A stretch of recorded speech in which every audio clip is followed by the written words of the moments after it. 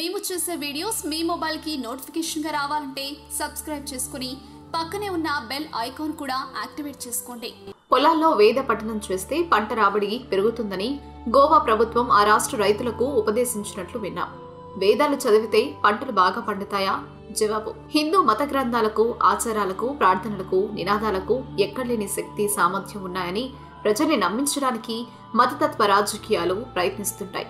వేదాల్లో, ఉపనిషత్తుల్లో ఏమీ లేదని ఎవరు అనరు, అనకూడదు కూడా. కానీ సాహిత్యము, సంగీతం వంటి కళలు మానవ నాగరికతకు, సంస్కృతికి సంబంధించిన అంశాలు. వరి, గోధుమ, బార్లీ, జొన్న, సజ్జ, రాగి వంటి పంటలు మానవావిర్భావం కంటే ముందు నుంచి ఈ భూమి మీద ఉన్నాయి.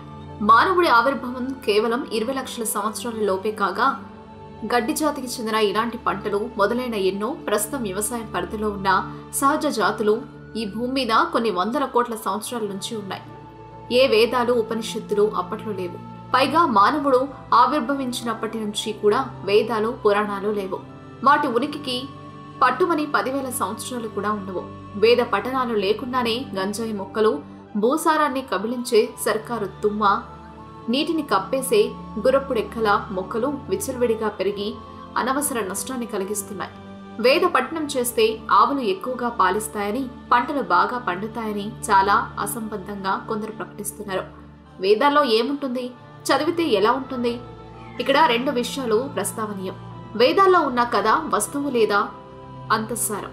వేద పఠనంలో ఉన్న శబ్ద శ్రావ్యత అంటే ఓ గేయ గాన సందర్భంలో ఆ గేయంలో ఉన్న అర్థాంశం, ఇంకా ఆ గానంలో ఉన్న శ్రావ్యత, లయకారం తప్ప మరేమీ అదనంగా లేనట్లే.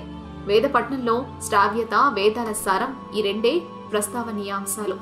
సాహిత్య సారం సామాజికం, మంచి చెడు, వాస్తవికత, ప్రకృతి వివరణ, వైజ్ఞానిక పరిపుష్టి ఇవన్నీ మానవుడికి అర్థమవుతాయి.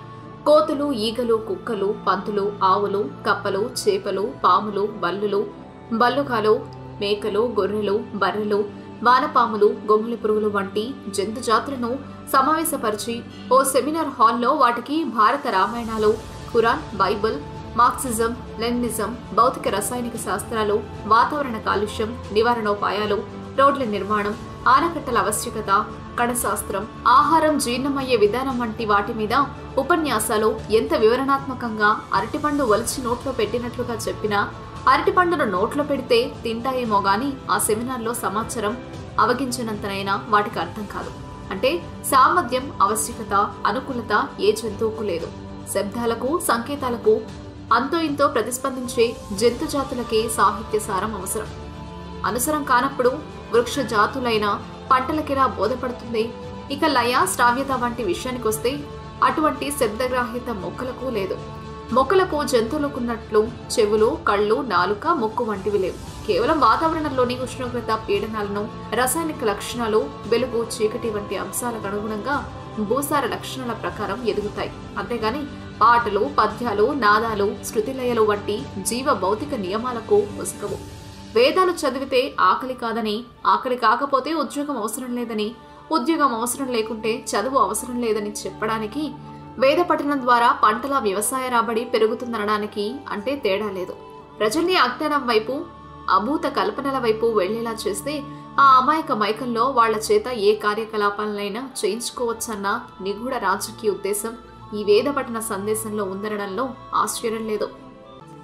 ఇలాంటి మరెన్నో విషయాలు మీరు తెలుసుకోవాలనుకుంటే వెంటనే మా ఛానల్ ని సబ్స్క్రైబ్ చేయండి.